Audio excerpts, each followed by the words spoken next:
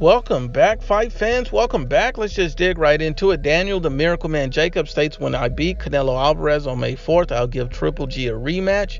Now, let's just break down the rematch because a lot of people are overlooking Danny Jacobs for having a chance against Canelo Alvarez. I think that's a 50-50 fight. I think that Danny Jacobs is a live dog in that fight. I think he can possibly win that fight. I think it's as even as it can get because he has the height, the reach, and the size advantage over Canelo. That makes that a more even fight. Plus, he's an elite level boxer.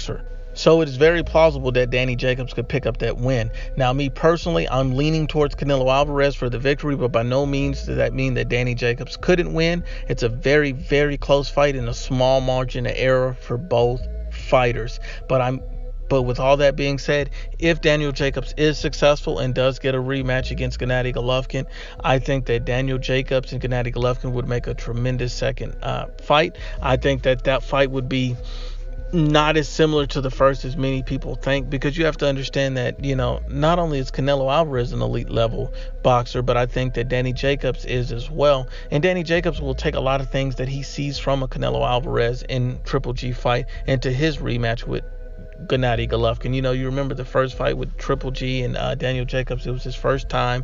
And, Daniel Jacobs, he had never had fought on a stage that big with that many eyes. So, I can understand that moment may be a little large for him.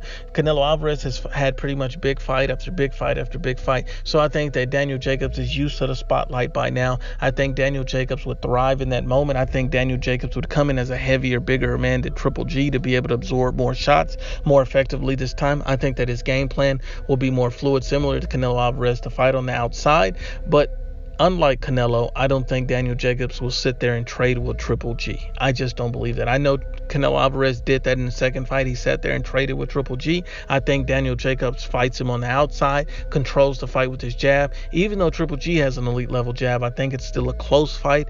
I think it's more of a 55-45 fight in Daniel Jacobs' favor. I would favor Daniel Jacobs to beat Triple G in a rematch, just because you always go with the better boxer in a rematch. That's not saying that, Gennady Golovkin couldn't hurt or stop Jacobs. It's just saying that I have to favor Daniel Jacobs at this point. He's much more polished. He's a better boxer. And, a lot of holes have been found out in Triple G's game defensively that can be exploited, especially body work. When we seen Canelo Alvarez go down to the body and have a lot of success against Triple G, making him hesitant and tentative, even backing him up at times. So you have to use that blueprint if you're Daniel Jacobs to get the victory.